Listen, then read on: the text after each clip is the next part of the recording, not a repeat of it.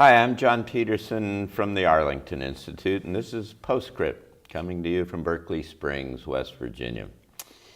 Every month here in Berkeley Springs, the Arlington Institute sponsors a speaker series where we bring different speakers and authors from around the world to come and talk about different aspects of the major change that's happening in the world these days. And this kind of transition from one era to another one. And our guest today is Michael Waters. Mike Waters is an inventor and a futurist and a strategist and a fascinating guy. And he sees the world in a different way. And so Mike, talk to us a little bit about, I've asked artists, for instance, I say, you have got to, if you're a watercolorist or something, you look at the world and you extract colors and see things kind of differently. How does a physicist, inventor, engineer look at the world in a different kind of way? Well, for me, I sort of grew up in an art and music environment and then got more into technologies.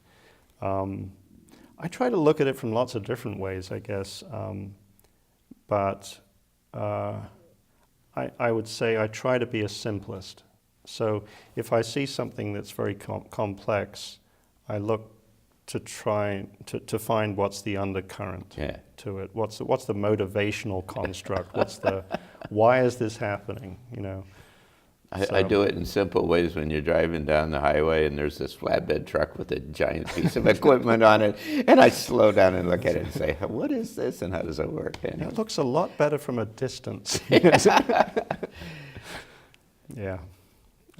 So that, because I tried to look at it that way, I took that same approach to looking at some of the problems we're having around the world and trying to figure out how it all ties together. So we talked earlier in the first segment about how that there's a fundamental kind of mistake that science has made that presumes closed systems. And in fact, there are no closed systems. Everything interacts, everything arises from an underlying energy system, and so it's all part of the same thing, right? Yeah. And you can explain it to anybody. That's a big philosophical, theological kind of notion, right? Yeah, it takes you into all kinds of directions. Yeah. But basically says the universe is a lot more interesting. So how do you look at it in a different way? I mean, give me a kind of a paradigmatic perspective. What's your paradigm? How do you make sense? How do you think this all works? Okay. Well, first of all, I have no clue. Go try. But in terms of seeing, I look at it as looking at various crises that are occurring in the world and seeing how they all tie together. So I look at it as, after looking at it for a long time from so many different perspectives, I've come to the conclusion that there's two basic things wrong, and that as those two issues are corrected, the system will basically self-motivate itself back into correction. So, for instance, the two things are essentially we've had this opposite view of nature, right, which is dog-eat-dog, competitive dominant, our business structures, our culture, war, whatever, it's based on that, whereas nature is synergistic and collaborative dominant. And you can prove that very easily. We've got some great examples. And then the energy issue, where energy is in fact an infinite concept rather than this closed box, debt-lack-based system. This sounds like kind of slightly technical, abstract, theoretical, but what you're saying is that the whole system would self-correct itself, and all the big problems that we have on the planet essentially are derived from this mind, this perspective, this mindset. It's sort of like a Rosetta Stone. You tap onto this code, and then everywhere you look, you see the same evidence of that culprit, right? So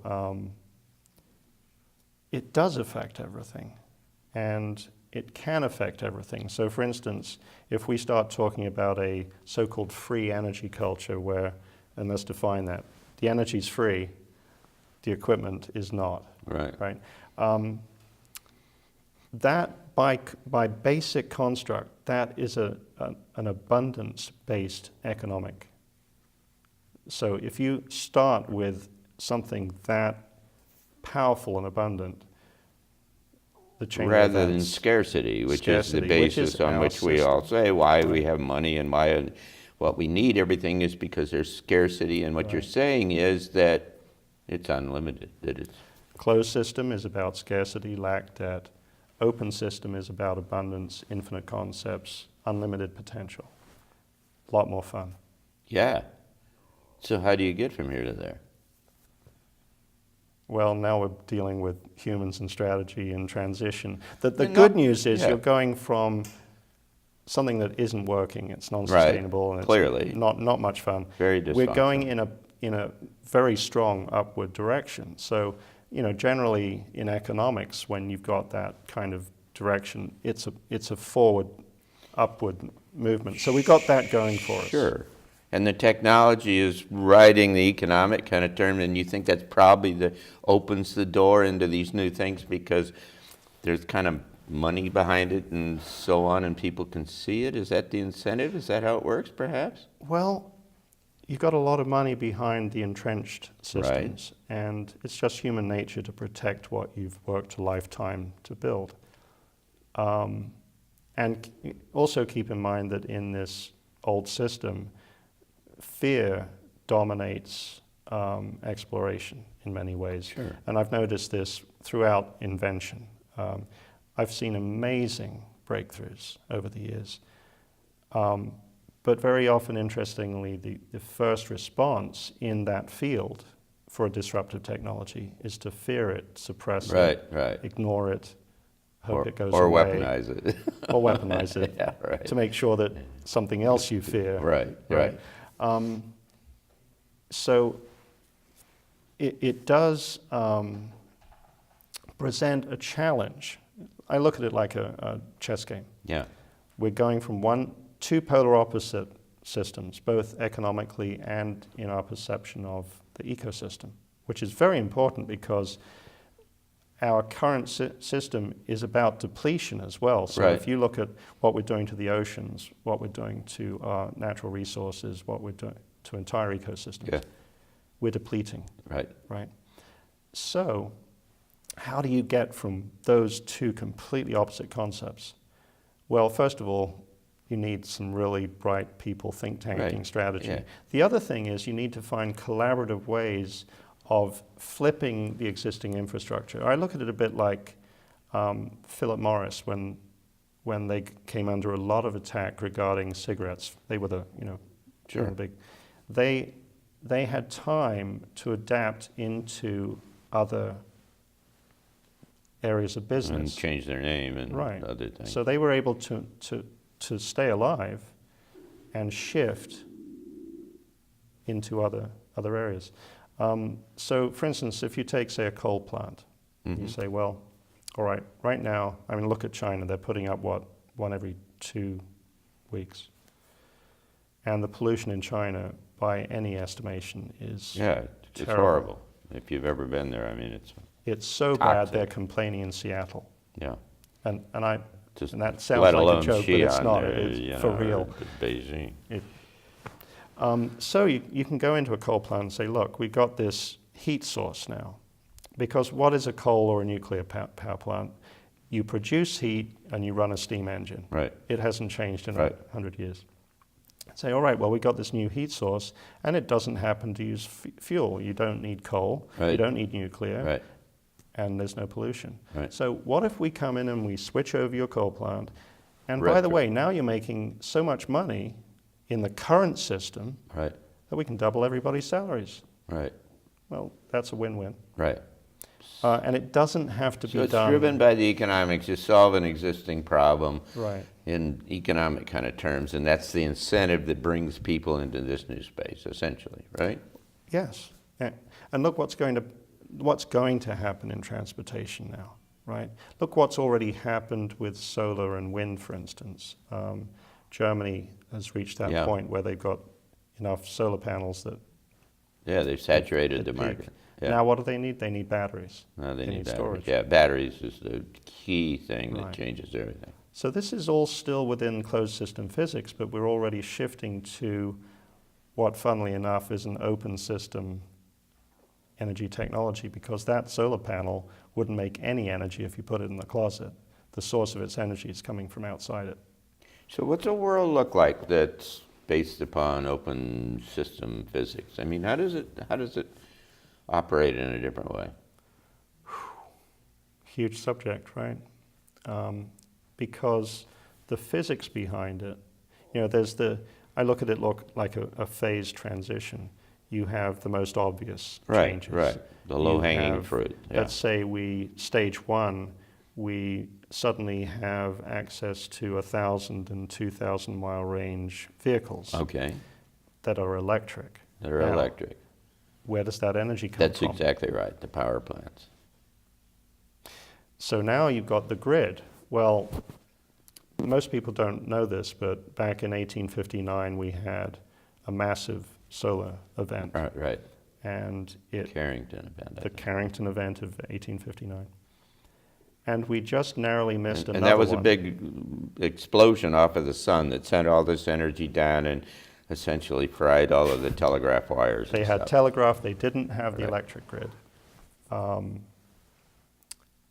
Well, we just missed one in 2012. NASA's made very dire predictions about another one occurring anytime. And if it did, the way our grid is designed worldwide, it could be absolutely catastrophic. NASA's predicted 3 to 4 year recovery rate Right, time. right. So in other words, you could have a culture like, let's say you took New York, and they're going to be out of electricity for possibly years. Yeah. Nuclear plants will melt down. There's all kinds of things that could happen. Well, why is this important? Well, the grid is, in this futuristic world, an obsolete concept, just as roads, airports, trains, and all the rest of it. Well, you can't just jump there, right? But You're talking decentralization, right? decentralization. So instead of the nodes that supply everything like airports and things, now you're going to spread the capabilities everywhere. Kind of like what the internet's doing in publishing and so The on. way nature works, Yeah. right? Copy nature. Yeah. That's quite a shift for some people's concepts, because many people in power believe you should have a very centralized structure. Like a government. Yes. Well, we can get it, there's that whole thing No. about That, competitive dominant behavior and how it leads to a single winner, which then dies. But Right. anyway, we're following that map. So anyway, let's just look at the shift from the electric battery emergence alone. And we're going to enter a time very, very soon now, I mean within a year, where we're going to achieve 5 to 10 times the range that's a product that's accessible. So that energy gets put on the grid. Now you've got to make more energy on the grid, because a car Right. consumes about Right. 20 times what a house does per hour. wow. Okay. So that means the grid actually needs more infrastructure on its way to decentralizing itself Right. to obsolescence. So I look at it like computers. First we had these massive mainframes. Right. And we have fairly painlessly decentralized those systems into cell phones and laptops, while still maintaining the best attributes of data centers, Right. which are essentially today's libraries. Yeah, but you've moved the computing power, decentralized it out so that you're carrying around, more capability than the Apollo astronauts and so on. Yeah. Yeah. And I believe there's a way to do this with the energy infrastructure as well. Obviously, it takes strategy. You don't want to release a $500 generator that powers anything forever into Walmart tomorrow. Yeah. You would collapse entire sectors. Well, let's you know. take another example or two here, and I don't know how much you can talk about it, but I saw an air conditioning unit. Right. Is that something you can talk about at all? I can talk a little bit about it, and some others in generalities. There are projects I'm working with that I can't, and there are that I can. Sure. So that system was another way of looking at open system physics, and that's about thermodynamics. You're basically setting up storage batteries of heat energy at two extremes. Mm-hmm. And that's as good a battery as any electrical battery. If you've got a very hot source and a very cold source. And you're using battery in generic kind of terms as a storage place. Storage of energy. Yeah, right. okay. So one way to store energy is to make something very hot. Right. Another way is to make something very cold. Right. And every prime mover, what we call, any gas engine or turbine or any engine on the planet runs off difference between pressure or temperature. Mm-hmm. So if you've got something very cold and you've got something very hot, good examples a Stirling engine, you get motion. It's a version of it's not an internal combustion engine, it's an external, It uses heat difference, right? A wind turbine is the same thing. You got the air moving relative to the ground. Okay. Right? You can do the same thing with solar. So can you build just a rough outline about this air conditioning unit? Yeah. Basically, you're using that principle to take a lot of load off the pump that actually creates the difference. Okay. And it turns out that now you don't need the outside unit. Everything becomes a lot smaller and simpler. And now you're talking about 50 to 70+% more efficient. Looking at it optimistically, you could drop a typical energy bill to under $10 a month for heating and air conditioning for a typical home. Right. That's pretty useful. I saw this unit that was an Right. air conditioner that was producing a great deal of cooling at a very small amount of energy, an amazingly small amount of energy consumption. Now, I could get into the phase change. Yeah, no, thing. no, We don't need to go there. no. But basically, that's it. It creates these storage zones and then uses that advantageously. These kinds of things have extraordinary implications for places like Africa and India, for instance, because what you now are doing is working into an economic kind of sweet spot that makes it economically feasible to take some of these technologies into places where they don't, largely don't have electricity. They've never had cooling or refrigeration, not much in the way of light and so on. Yeah, the dead lac closed system sort of has a lot of feudal aspects, right? Most of the world has to be poor so that the few can be wealthy, right? Because you have to use that to get. Well, really, if you look at the huge percentage of disparity and poverty around the world, countries like Africa, India, China, that have had fairly large population segments way below the poverty line. It seems like it's a much better approach to bring them up to a point of what I would call sustainable affluence. Sure. Sustainable affluence does not mean building technologies like refrigerators that actually have a net negative effect and then giving it to billions of people. Right. It means bringing in technologies that enable you to actually live in harmony with nature and in a collaborative way with man. So in Africa and places where you don't have a lot of infrastructure, it's actually easier to bring in these technologies than a country where you have an existing motivation. So a place like Africa could really be the place where all of this stuff blossoms or really more rapidly takes place because you don't have an existing kind of all of the legacy systems and so on and the investments. Absolutely. I mean, Africa has vast natural resources. It always has. Mm-hmm. the problems there are purely human. Political, economic, yeah, right. Right. And I strongly believe that if you put a human in an environment, they will adapt. Yeah. Most Well, will adapt, right? Yeah. So if you're in a nurturing environment, you will tend to. Well, that's an essential issue related to going from one era to another one, and how quickly can you adapt? How can you deal with change, uncertainty that is intrinsic and increasing in this whole kind of period of time for the next 10 or 20 years? It's going to get interesting. Oh, it's going to be extraordinary. I mean, if we don't adapt, it's going to get interesting in a very bad way. well, yeah, it gets dysfunctional and yeah. I think most futurists that are looking at, I mean, you see the writing on the wall. I mean, if we don't, I like one of Einstein's sayings that you can't fix the problem using the same Right. thinking that got you into it, right? Something along those lines. It's so true.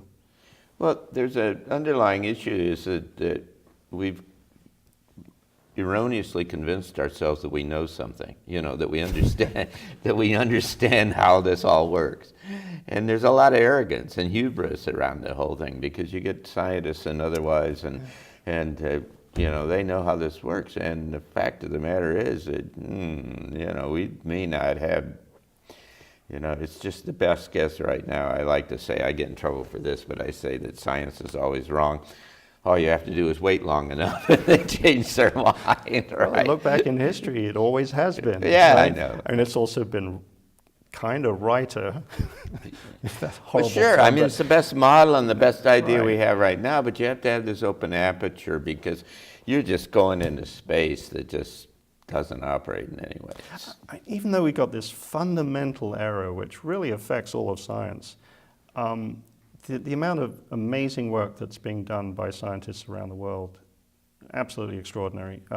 And especially in environmental areas, and the kinds of challenges they're meeting in the political arena, for instance, where you have such overwhelming evidence, and I present some on my site because it needs to be. It's used for political agenda on both sides of the fence. Yeah. You can say, all right, well, there's global warming, therefore we need, taxes. Yeah. Right? And then another side, is saying, well, no, it's not so much warming as it's creating instabilities and ecosystem breakdowns. And guess what? If wolves in Yellowstone can have a massive effect on environment, humans certainly can. Yeah. Right? So it's just mixing common sense with understanding the way politics works. Well, we just have a couple of minutes left. What else are you working on that's kind of cool? Well, my primary focus is the VTOL, the battery technologies, and of course the power generation. But I've also got a great love for. And remind me, how do you do the power generation? Well, that's open system physics power generation. So Well, essentially, but I mean in practical. for instance, if we're using water, do for you have instance, a generator I can buy or anything? No. if we can get, It's it funding. comes down to fund. And again, 95% of the investment we've come across has been predatory. That's half the problem too. But there's a couple of generators. One could be extremely low cost, and how we're going to be able to bring this out, of course, requires diligence. Yeah. But that's very exciting. And the way that works is a combination of things. And we haven't talked about graphene, but we're going to find that graphene is going to do some amazing things. And that Graphene is one this of carbon, single carbon atom single kind of. carbon. We now know that graphene can effectively self-charge through resonant. Oh, for this under the system, the underlying energy field. Yeah. Self-charge from the underlying energy field. Yeah, you look at it as a good word would be coherence. Oh yeah, right? yeah. So this is why a toroid is such a which is the basis of cavitation, by the way. Like a donut. Donut, when you blow that smoke ring across the room, it wants to stay self-organized. And there's this fantastic video of dolphins playing around with air bubbles blowing in. I know, I've seen them. So where do people find out more about what you do and who you are and all that Well, stuff? there's my website. What is that? That's Cure for Global Crises. That's plural crises. Your website is the Cure for Global Crises? I know, it's kind of trite, but I've had it for a while. cureforglobalcrises.com or .weebly.com. Weebly is a, Something. Okay, com. cureforglobalcrises.weebly.com. What that is. Right. It's been wonderful to have you with us. Pleasure. And welcome to Berkeley Springs. We're going to have a good time. Thanks, I love it here. So thank you for being with us. I'm John Petersen from the Arlington Institute, and this is PostScript, and we come to you from Berkeley Springs, West Virginia.